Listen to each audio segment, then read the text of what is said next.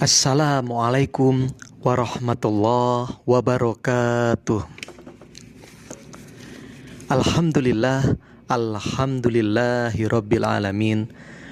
Wabihi nasta'inu ala umir dunya waddin.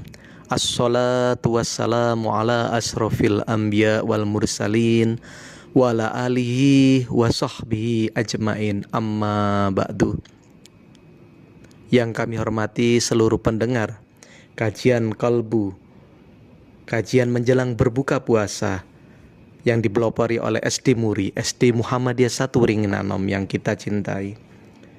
Pada hari ini, hari ke-18 Ramadan 1447 Hijriah atau bertepatan hari Sabtu 7 Maret 2026.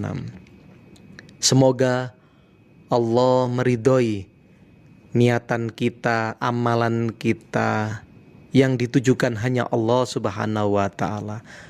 Allah meridhoi dan Allah melipat gandakan amal ibadah kita. Amin Allahumma amin. Salawat serta salam semoga selalu tercurahkan kepada Rasulullah Muhammad sallallahu alaihi wasallam. Bapak Ibu serta pendengar kajian Qalbu pada sore hari ini, sedikit kami akan menyampaikan suatu amalan yang kecil tapi bernilai besar di sisi Allah Subhanahu wa Ta'ala. Kita terlalu sibuk di dunia ini bekerja, jadi guru, montir atau pekerja apapun, sehingga sangat menyepelekan kita untuk membuat amalan-amalan yang bisa dilakukan setiap hari. Oleh karena itu, saya mencoba menghadirkan amalan kecil tapi bernilai besar di sisi Allah Subhanahu wa Ta'ala. Apa itu? Amalan kecil tapi bernilai besar di sisi Allah Subhanahu wa Ta'ala. Salah satunya yakni kita membiasakan zikir membaca subhanallah wa bihamdi subhanallahil azim. Maha suci Allah dengan segala pujinya dan maha suci Allah yang maha agung. Ini kalimatnya kecil, kalimatnya sederhana, dan mungkin kalau coba kita hitung berapa detik, nggak sampai 5 detik. Subhanallah wa bihamdi subhanallahil azim. Ringan kita bacanya, tapi berat di timbangan. Rasulullah Shallallahu alaihi wasallam pernah bersabda yang diriwayatkan oleh Abu Hurairah radhiyallahu an. Beliau bersabda, 2 kalimat yang ringan di lisan namun berat di timbangan dan disukai oleh Ar-Rahman. Jadi 2 kalimat ini ringan di lisan, kita semuanya bisa mengucapkan, namun berat di timbangan. Jadi ini merupakan timbangan kita sebagai tabungan kita di hari kelak di akhirat nanti, dan disukai oleh Ar-Rahman, oleh Allah Subhanahu wa Ta'ala. Jadi kita bayangkan kalau kita dicintai oleh Allah, luar biasa. Allah sangat senang kalau kita membaca kalimat ini. Subhanallah wa bihamdi subhanallahil azim. Hadis riwayat Bukhari Muslim.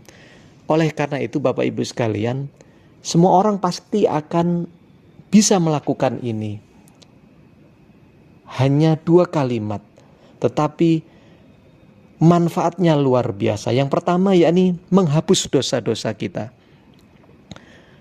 Apabila kita sering zikir, maka dosa-dosa kita meskipun sebanyak buih di lautan, insya Allah Allah akan mengampun. Jadi kita akan mengharap diampuni dosa-dosa kita Allah Subhanahu wa Ta'ala. Yang kedua yakni, Bapak Ibu sekalian, ini adalah amalan yang dicintai Allah Subhanahu wa Ta'ala. Dengan zikir yang sederhana ini, Allah cinta kepada kita. Bayangin kalau kita dicintai oleh suami atau istri kita, luar biasa, senang sekali. Tapi kalau ini adalah Allah Rabb yang menciptakan kita, cinta kepada kita, luar biasa. Oleh karena itu, ini adalah amalan yang dicintai Allah Subhanahu wa Ta'ala. Yang ketiga, ringan di lidah tapi berat di timbangan. Jadi ini mudah, ringan, berapa detik hanya bisa dilakukannya itu, tapi ini adalah tabungan kita, kekayaan kita di surga nanti.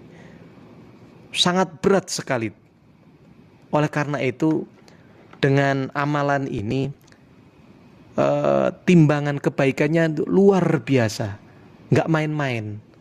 Jadi mari kita biasakan di tengah kesibukan kita, di tengah kita menunggu berbuka atau istirahat, kita coba untuk membiasakan subhanallah wa bihamdi subhanallahil adzim. Yang kedua, Bapak Ibu sekalian, kita mencoba membiasakan 2 rakaat sebelum sholat subuh. Dari Aisyah, Rasulullah pernah bersabda, 2 rakaat sebelum sholat subuh lebih baik daripada dunia dan seisinya. Hadis riwayat Muslim. Jadi mari Bapak Ibu, kebiasaan-kebiasaan kita sebelum sholat fardu subuh ini kita sempatkan deh 2 rakaat menjelang sholat subuh untuk mendapatkan reward yang luar biasa. Bayangin aja, lebih berat dari dunia dan seisinya, luar biasa. Yang terakhir Bapak Ibu sekalian, yakni kita membiasakan untuk mengajak kepada saudara kita, keluarga kita, handai tolan kita, tetangga kita untuk berbuat kebaikan.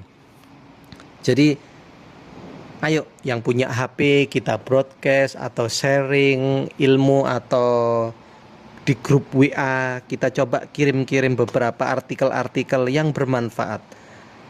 Karena apa? Rasulullah pernah bersabda, barang siapa yang mengajak kepada kebaikan, maka dia mendapatkan pahala sebagaimana pahala orang yang mengikutinya, tanpa mengurangi pahala mereka sedikit pun. Luar biasa. Jadi kalau kita sharing, contoh misal ya, saya sharing contoh misal kaifiyah sholat jenazah. Setelah itu saya kirim ke grup WA, seret. Tiba-tiba ada yang membaca, dari beberapa teman membaca, cara sholat jenazah, wah bagus nih, saya kebetulan tidak tahu bagaimana cara sholat jenazah. Setelah itu membaca dan dipelajari, dan subhanallah, teman saya ini membaca sekaligus mengamalkannya, sehingga pas waktu mungkin ada orang meninggal dunia, beliau mengamalkannya, otomatis dia akan mendapatkan pahala karena mengamalkan sholat jenazah itu. Dan juga saya yang mengirimkan pertama kali ini juga akan mendapatkan aliran pahala, karena saya membuat dan mengirimkan ke grup-grup itu, sehingga teman-teman yang tidak tahu atau saudara yang tidak tahu akhirnya mengamalkan. Dan luar biasa, amalan-amalan yang dilakukan itu akan juga mengalir kepada kita. Luar biasa. Dan juga ada kebalikannya. Apa itu? Kita lanjutkan dalam hadisnya.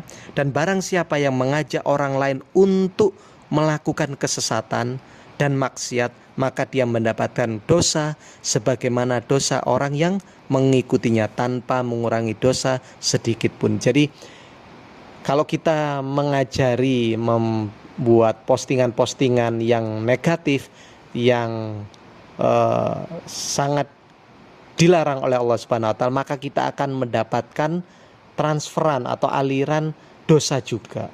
Oleh karena itu kita berhati-hati. Barangkali itu Bapak Ibu sekalian, semoga amalan kecil-kecil yang kita lakukan ini diterima oleh Allah Subhanahu wa taala. Nasrum minallah wa fathul qarib wa basyiril mu'minin. Wassalamualaikum warahmatullahi wabarakatuh.